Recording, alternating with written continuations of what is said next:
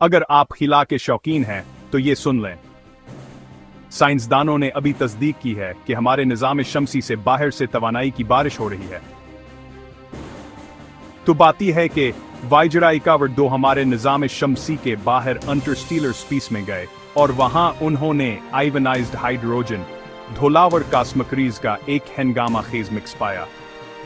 हमारे निज़ाम शमसी का बलबला जो हेलियोस्फीयर कहलाता है सारी गड़बड़ से बचाता है, लेकिन यह सूरज की सरगर्मियों के साथ बदलता रहता है। 2004 में एक शमसी तूफान सबलबले के किनारे तक पहुंचा, जिससे तवानाई के एक तबादले का अंदाजा होता है।